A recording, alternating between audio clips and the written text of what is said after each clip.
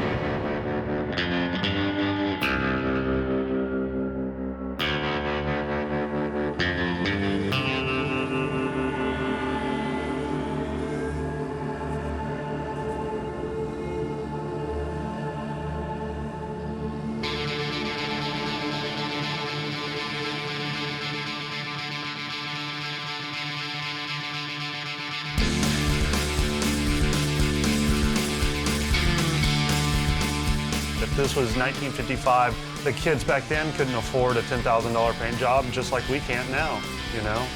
We just primer it, and we want to drive it, man. We just want to go out there and burn up the streets and hang out with our friends and, pick up some girls or whatever, you know? It's hot rodding. It's absolutely an affliction, you know? It's like drugs. It's absolutely like drugs. It's probably sometimes more expensive than drugs. I think it's outside the law. I think it's above the law. Just got respect. We did it kind of as a punk rock thing, you know, the attitude against the norm. All this stuff is hand-built by the owner, and that's what kind of makes these cars stand out. I mean, they don't look like the $150,000 car. They're not supposed to. They're raw, they're weird, they're crazy, they're scary. The thing that I like most about these cars are that you don't have all the parts together. They're all around. They're leftover pieces from other projects. It's super low budget. It's more of a treasure hunt than anything. You have to scavenge around and just make something that's badass. The next project I want to do is a Model A. I want to build a roadster pickup. Call it a rat rod. It's a whole new trend. It's hot right now. Everybody wants one. So my intent is to dip into my own private parts stash, source out a few other pieces around town. I know a bunch of hideouts. People have stashes of parts, and we're gonna build this thing. I want to bring it to Las Vegas to sell. There's a show coming up at the end of March, which is dedicated mostly to this kind of custom culture, this new era of car customizers and people who live this lifestyle.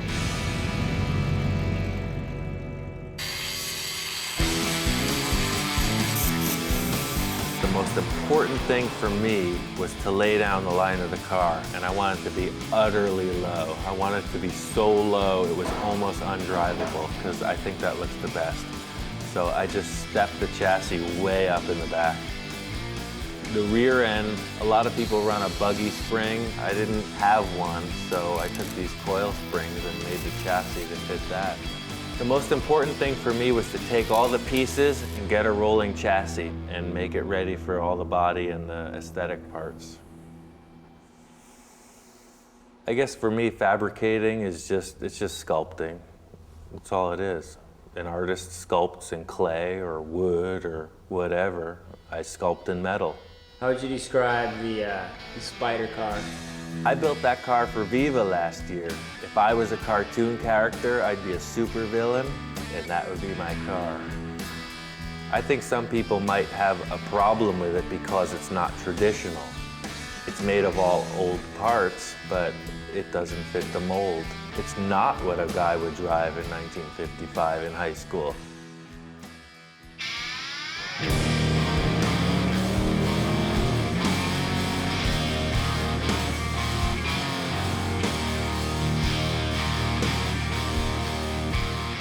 My name is Bill Wishart. I'm an auto tech teacher here at Fremont High School in Sunnyvale, California.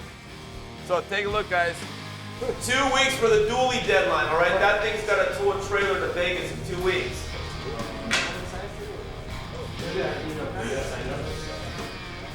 Okay. There.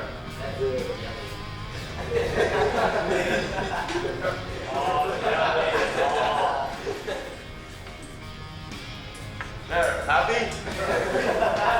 The thing about Bill Wishart is he's a no-nonsense guy. I mean, he has very high standards about how you will behave, how you will act as a student in his class, and also what you're expected to do. And Brian, you ready? Ready? Yeah, he gets his own category here.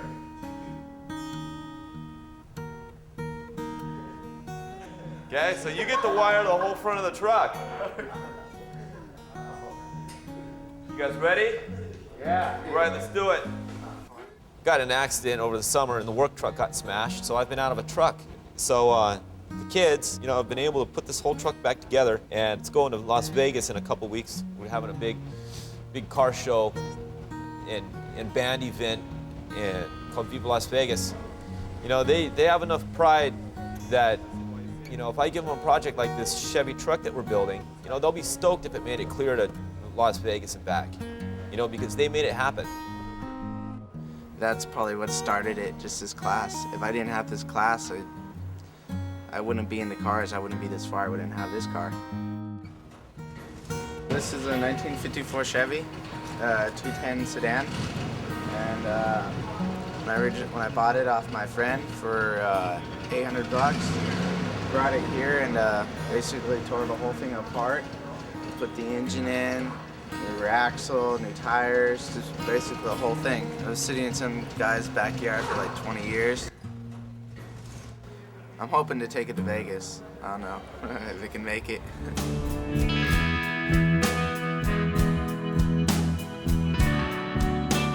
A lot of the guys you see striped, they draw it out, then they stripe it, you know, so I'm not really into doing anything twice. I want to do it once and I want to get paid for it.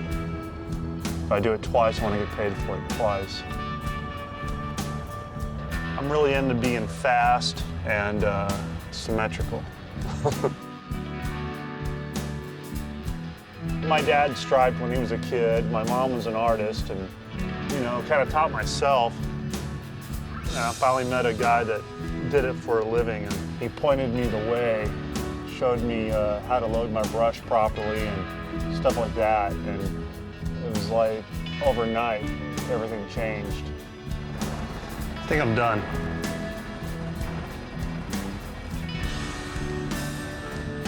I'm just, you know, I've got to meet all these other people that know how to do everything else, that, you know, so I can just keep learning, you know. That's why I hang out with Ian, because he sees stuff that I don't see, because he's an artist like no other. I mean, he's just a maniac when it comes to this metal work.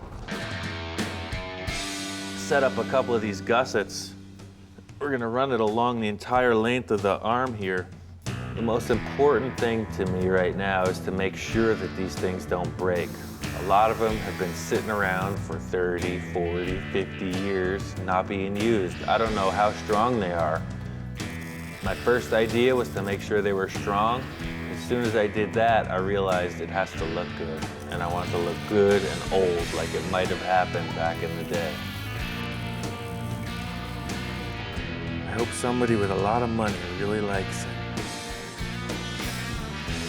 It's a fine pair of headers.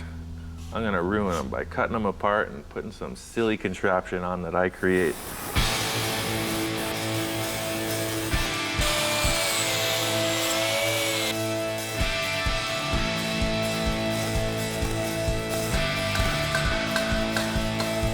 I'm gonna keep these till I'm dead. I'm gonna keep these till I'm all done.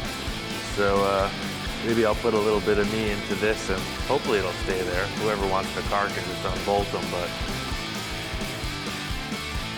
I don't think anyone that's traditional would really love what's going on here right now. I think they'd be a little bit upset. Friend Scratch came over and painted my bus. I want to check out what he did. I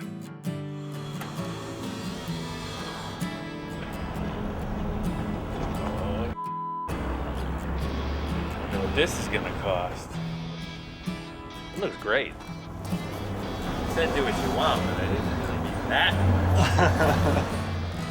I just figured, you know, the front end, you know, has all the striping on it, and the back didn't have anything, so I don't know. I'm really into a traditional vehicle, you know, like find a period and just form the car around it, you know, have like a 5-year margin.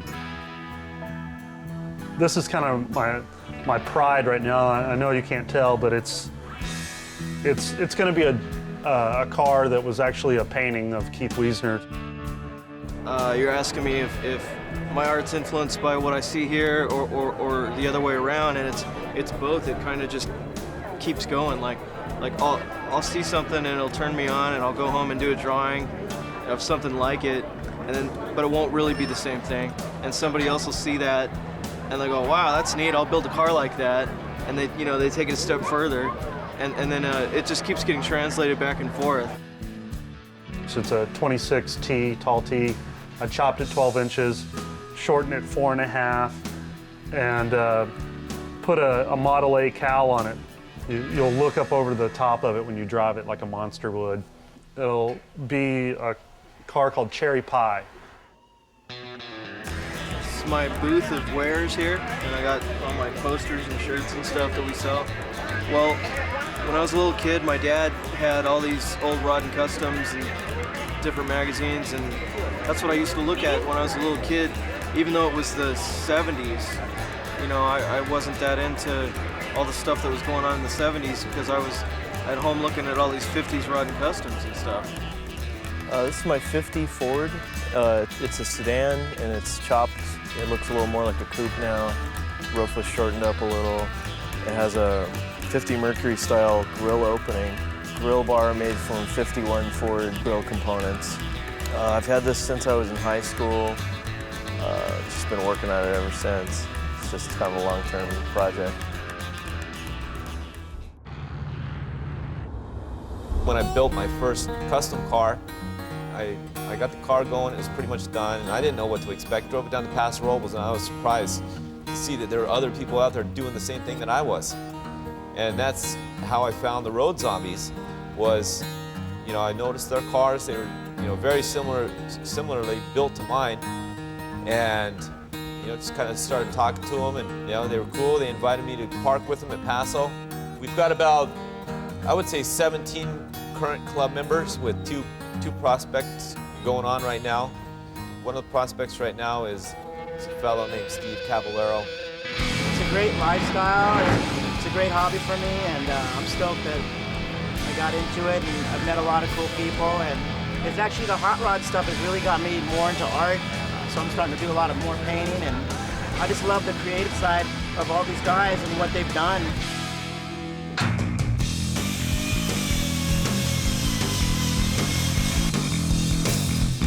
I really love this idea of just spot welding, make it look more like rivets, though. I'm going to do all the arms like that, just about an inch apart, just big, nasty welds that look like rivets.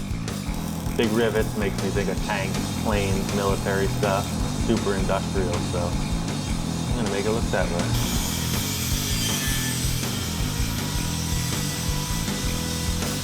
That wraps it up. I think it looks really cool. I want to see it on the ground at ride height. Ladies and gentlemen of the jury, this man is about to desecrate a fantastic bit of Americana.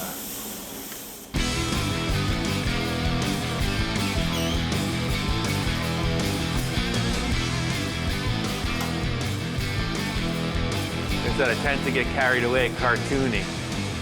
That's a little bit out there, but I think it's okay.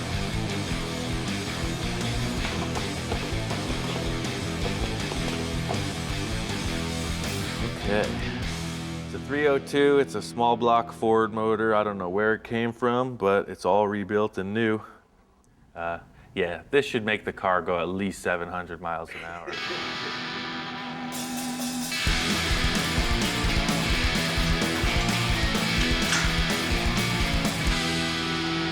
All I want to do is make this car and go to Vegas. My whole life right now revolves around this deadline. It has to be done. Our whole goal as a car club is all of our cars, you know, we just want them to be dead nuts on, you know, as far as they want to be, it wants to be a time machine. None of these cars are by accident, you know, and I think it's all by design. I immerse myself in it. I'm sitting reading catalogs from the 60s all day, you know, I'm just, and magazines, and you just fill your brain with it, you know, and then ultimately it's a no-brainer because you think, what am I going to do about valve covers on this? And you go, I've got this idea in my head, I've seen this, it's real neat, you know, drag guys were doing it. That's the same for everybody in this club. Vern, if he's building a 40 style Lakes car. It's what I was looking for years. I wanted a 34 3-window that I could hot rod, that I could chop, I could turn it into a hot rod. These are Edmunds heads, high compression heads from late 40s, early 50s. Beehive oil cleaner, an old hot rod accessory item. These are electro-line headlights, pretty rare headlights there I found at a swap meet. I got gauges on the firewall. It's got 4 chrome Strombergs, sharp intake. This is a deck lid I had louvered by Eric Vaughn. There's a lot of people, old timers, that, you know, that's who I value their opinion of. You know, a guy look at the car and go, wow, that looks like it was on the lakes back in '47. This is my 1932 Ford 5-window coupe. Had it since 1988. I guess it was rebellious, but at the time I was just doing what I wanted to do. I chopped the car and it was all rough welds. The paint was all melted off of it. It didn't have any windshield or anything in it. And I drove it to Bob's, and I mean, I attracted more attention than any car there. But most of it was like, wow, you really wrecked this car. And a lot of people probably had never seen a car in the process of being chopped. And that, you know, it was, you know, sure, I did take a, you know, really pristine 32 Ford and chopped it, but I mean, you know, when I got the car, there was no question that's what I was going to do to it. It has a 54 Buick nailhead motor with a 37 Buick trans and a 39 Columbia rear end, a 2-speed rear end. It has a narrowed 44 dash, a 16-inch Ford wheels. It's chopped 4 inches. I guess what got me involved, you know, I started looking at old photos like from the 40s, late 40s and early 50s. You know, even though it probably wasn't back then, it just seemed so mysterious and romantic and, you know, so cool. Look at these boots, man. These are some working ass toes. And I think they're about ready to retire, so we're gonna do the ritual toe extraction. Everybody thinks that that's part of the boot, but really, if you just grip it just right, it's kind of like pulling a tooth. Look at that thing. It's ripe and ready to go. Just clip that on there. There it is. Look at that thing, man. We can use that in the car somewhere. It's a good piece of metal.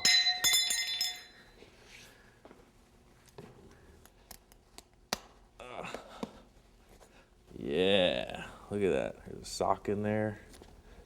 Oh, there they are. Now I'm gonna put myself in harm's way for the rest of the day. I'm gonna have to be very careful. The easiest way to put sheet metal in is just in flat plates, but obviously the floor isn't flat. So what I'm doing is establishing a whole series of triangles. So it's kind of not origami, but it's something like that.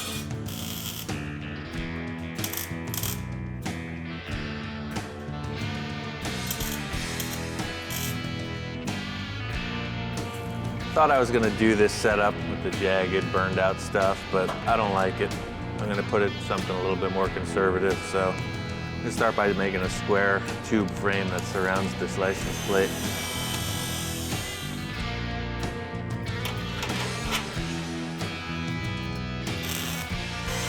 Weld it on and spot weld like you have the arms, and it's done. It's clean and it looks good. Yeah, this is sweet. It's clean. It's right. It's not my greatest vision, but it's right for this. How would you describe the dune buggy chick car?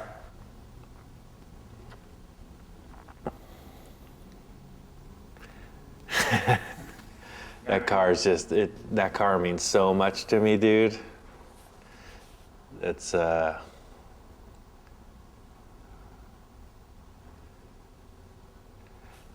car is, it's my favorite car. It's the best car I ever built. It's my favorite car in the whole world. I didn't expect that question.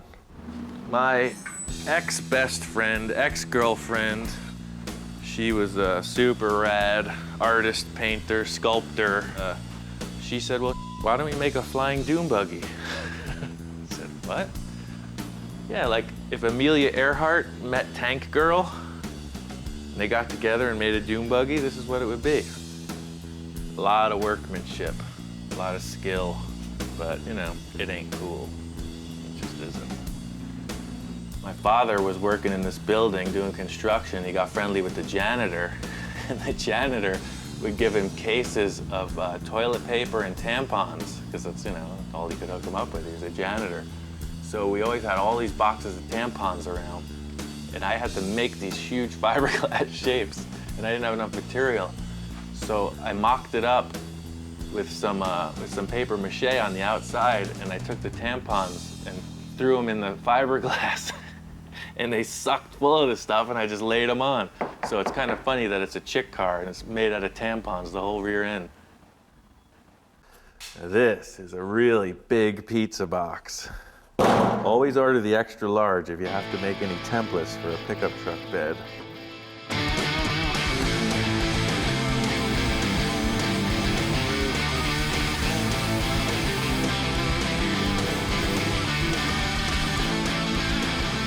All in all, I think this is good for now. We'll trim it up later after we get all the folds put in it.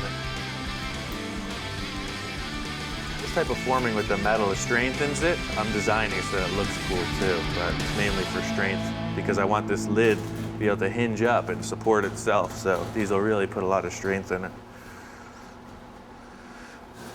I guess again, back to the my car, their car thing. My car would have this.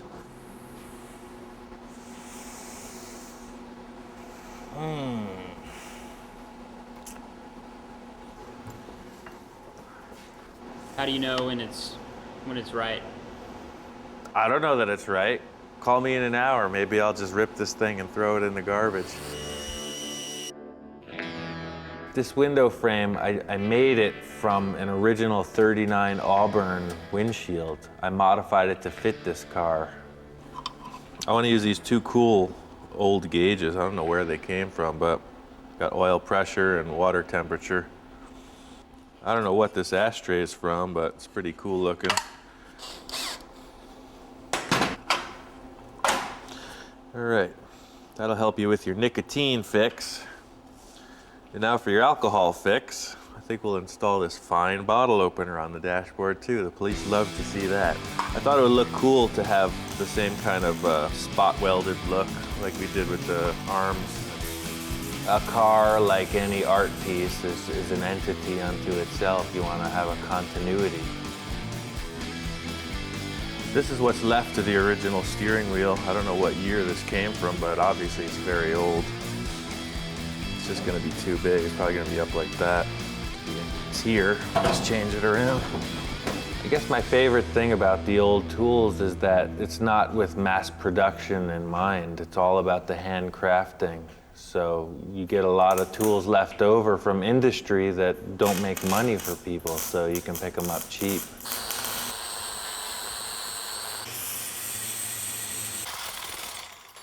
At first, I set up the steering column. I hooked up the original steering wheel, and it was too big. It didn't fit, so I just made a new hoop and made a smaller wheel.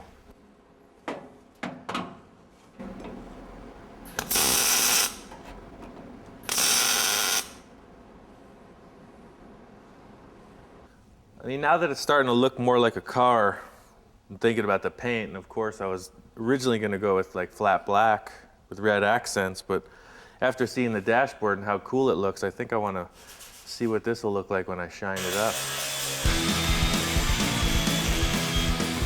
I guess the reason I'm considering making it all metal as opposed to painting it flat black is because it'll just more showcase what I do. It's like I don't pride myself in auto body or Bondo or paint. I pride myself in making stuff out of metal. Makes me think of like a sardine can or something. It's like it's cool. I think the rusty frame is enough. Paint the rest black. I can't decide where to put the shifter. I mean, originally I was gonna put it in the middle, big tall shifter. My other car has that. I've seen a lot of other people do it, but there's just no room in here. So I remembered I had this is an emergency brake for a Chevy truck, like a 66 or something. I think I want to make a jockey shift, a suicide shift for this car. So when you're driving, you're out of the car. You're like, it's really tough. Come on!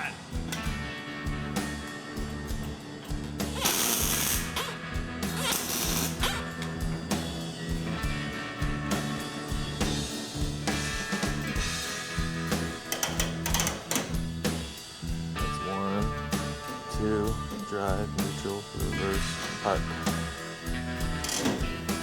Cool.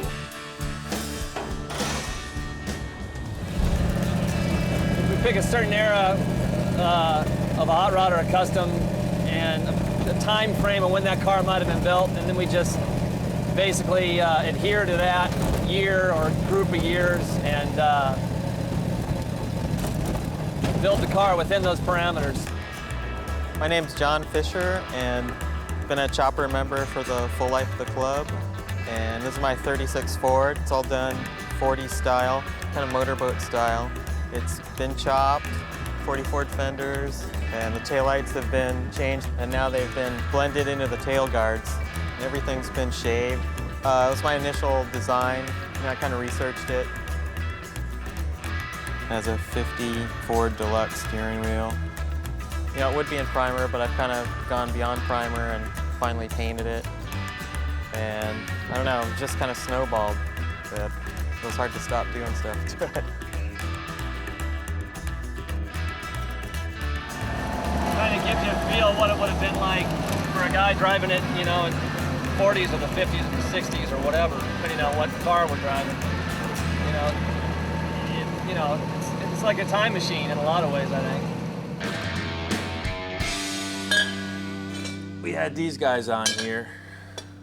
I'm gonna save them maybe for one of my own cars, but we're gonna go traditional on this, or at least as traditional as I can muster.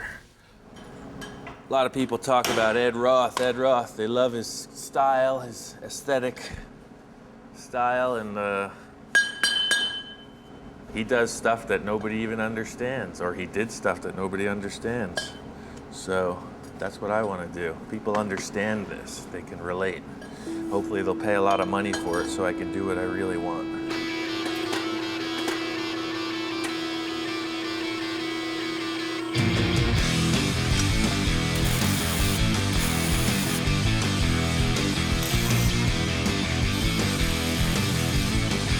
I've seen this car before somewhere. That's all I can say. I'm trying to create something that everyone likes, except me.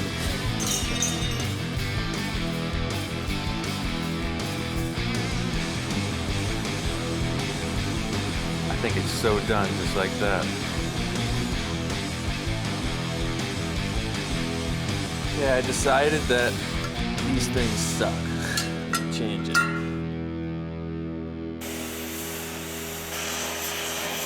Follow me.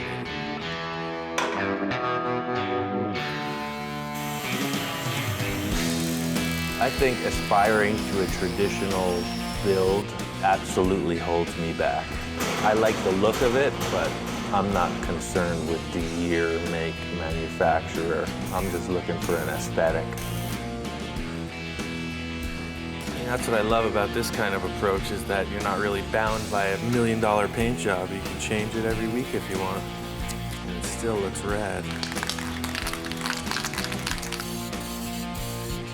I'm just gonna start painting it.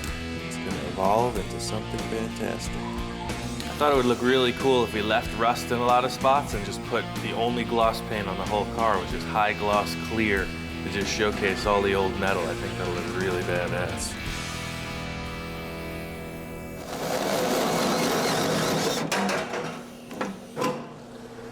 The body was just too nice.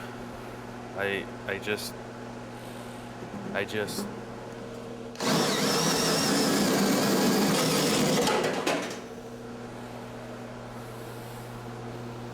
You thought I forgot about those steel toes, didn't you?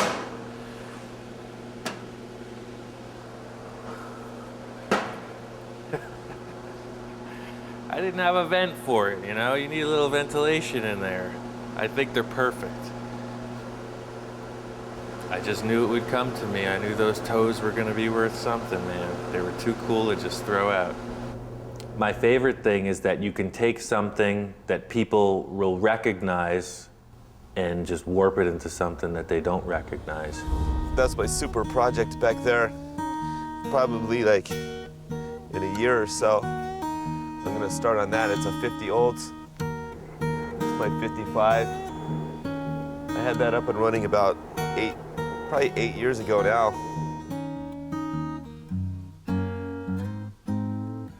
One of my crazy buddies, Nacho, he had some wild idea to build a tiki head for some reason. He didn't know what to do with it, so we brought it over here. But it was one of those things like, you know, who knows what the hell we're doing here with this thing, you know? So this is the workshop. This is where all the cars get built out of here. Maybe 6 to 10 cars within the last 3 years.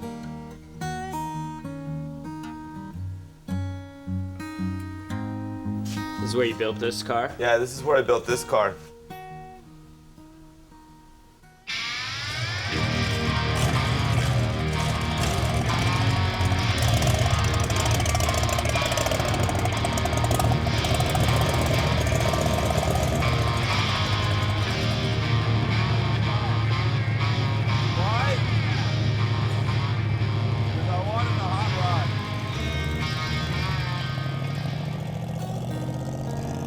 The engine's a 57 392.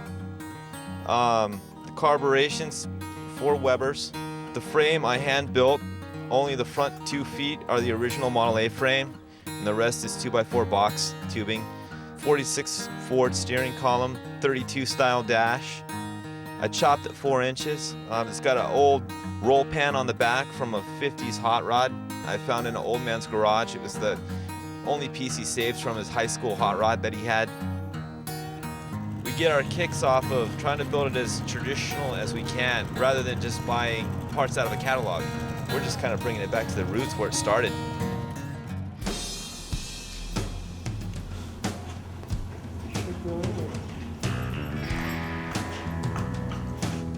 Like an expectant father.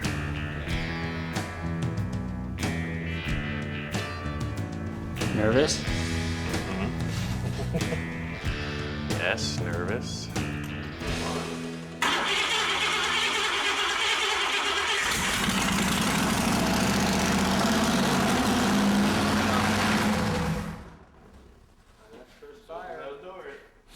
Somebody squirted oil down the cylinder wall. Oh yeah, filled it with oil.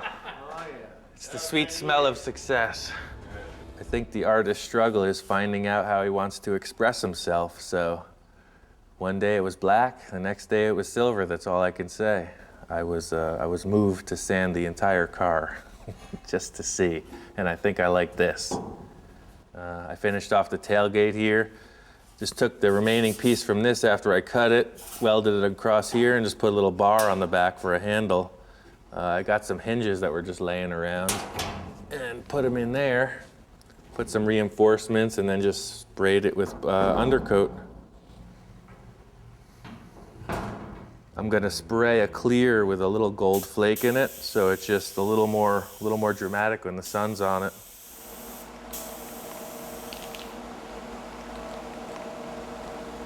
Oh, he's the guy with the gold car. Yeah, I saw that car out there. That's the gold one.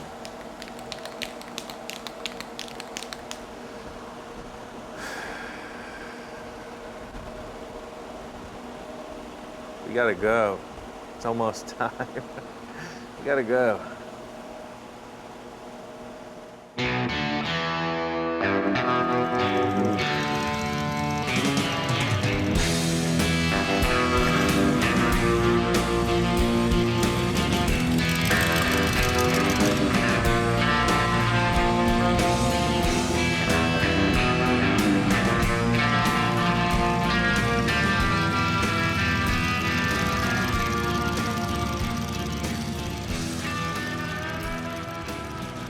After it was gold, I was horrified, so I sprayed it black in an effort to just make it fit.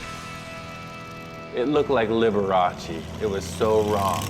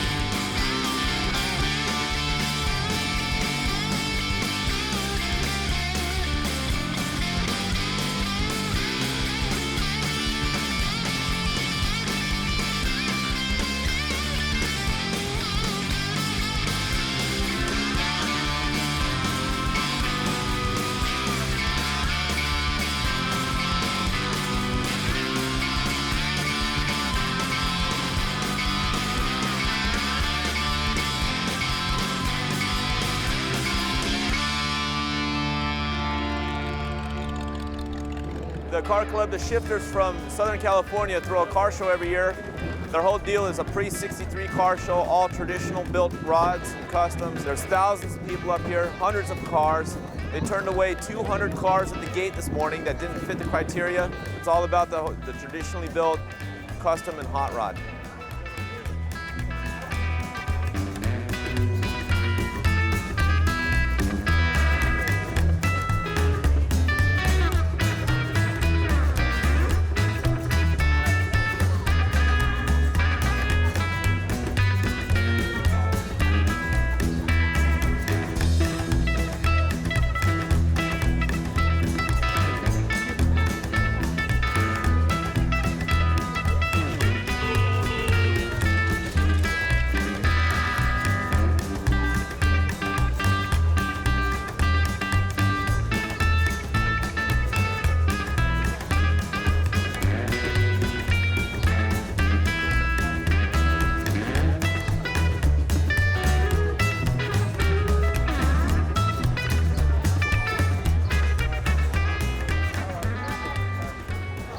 Well, we made it. We pulled in last night. This place was already packed. I couldn't believe it.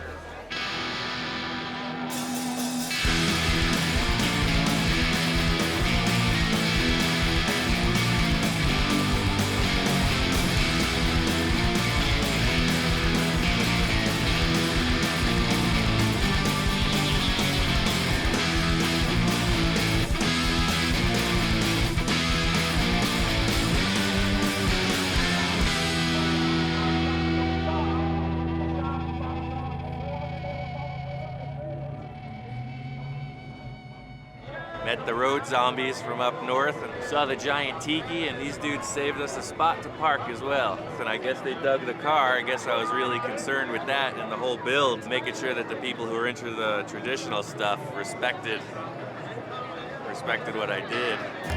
I think Ian's car is real awesome. You know, personally, I'm into the more traditional style cars, and his car is definitely along the lines of very traditional, the way it looks. Very artsy. He's done a lot of classy artwork with it as far as his welding and stuff like that, which is cool. You know, he's personalized it. I was noticing the tie rod ends, how all the welds and stuff, all this like kind of little spot welds. It's cool. It looks like it came out pretty awesome. And there's just thousands of people here right now that want to be involved. If every car looked the same here, I guess it would be pretty boring. So there's a smattering of all different types of cars. Painted cars, primer cars, rusted cars. I'm not gonna pick apart someone's car. I'm just gonna build my car the way I want to build it. There's people here that don't have a car, but they're gonna have a car next year because they go, that's looks fun to me. So I'm gonna go search out and buy a car and start working on it. You know, it's all about fun. There's no attitude here, you know, with us or any of these other people. Everyone's here for a good time. You gotta come here by yourself and you leave with 20 new friends. It's really cool.